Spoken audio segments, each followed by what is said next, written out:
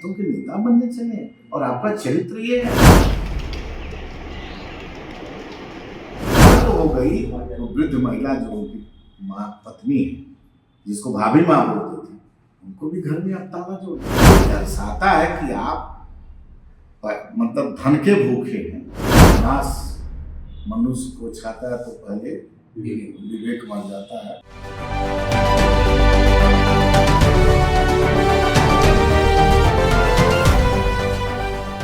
लोक जनशक्ति पार्टी रामविलास के राष्ट्रीय अध्यक्ष चिराग पासवान और उनके चाचा पूर्व केंद्रीय मंत्री पशुपति कुमार पारस के बीच की सियासी लड़ाई कोई नई बात नहीं है, लेकिन आज जो चर्चा हो रही है वह सियासत की नहीं बल्कि उनके पारिवारिक लड़ाई की हो रही है। जो जानकारी मिल रही है, जानकारी के मुताबिक स्वर्गीय रामविलास पासवान की पत्नी राजकुमारी देवी को घर से बेघर कर दिया है, घर में ताला जड़ दिया है।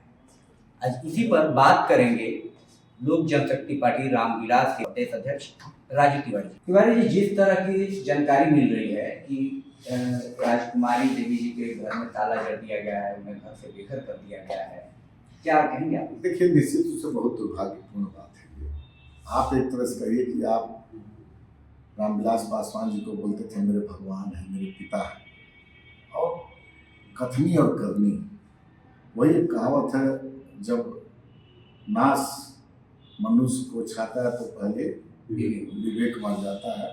तो निश्चित रूप से बहुत ही दुर्भाग्यपूर्ण है। जिसको भगवान मानते थे, उनकी धर्मपत्नी को माँ कहते थे, और आज वृद्ध हैं वो बेचारी, और उनको गांव से लगाव है। उनको सब सुख सुविधा हमारे नेता आदरणीय चिराग पासवान दिल्ली बुलाना चाहते हैं, पटना में रखना चाहते हैं, लेकिन वो गांव में से उनका एक लगाव है और रहना चाहते हैं। और लोग जा करके जिस तरह से सब लोग में ताला बंद कर दिया गया, ये दर्शाता है कि आप मतलब धन के भूखे हैं। आपको जिस एक समय था कि रामविलास पासवान जी के परिवार का पूरे देश में उदाहरण मिलता था, कैसे भाइयों को एक सत्र में बांध करके ले चलते थे, उनकी धर्म पत्नी हो चाहे रामविलास पासवान जी हो।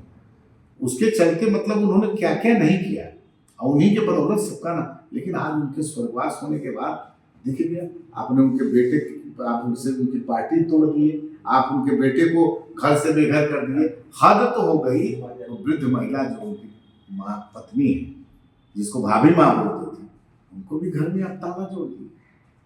ये क्या दर्शाता है? निश्चित रूप से दुर्भाग्यपूर्ण। आप दलितों के नेता बनने चले और आपका चरित्र ये है। ये क्या आप संदेश देना चाहते हैं? आपको इतिहास माफ नहीं करेगा।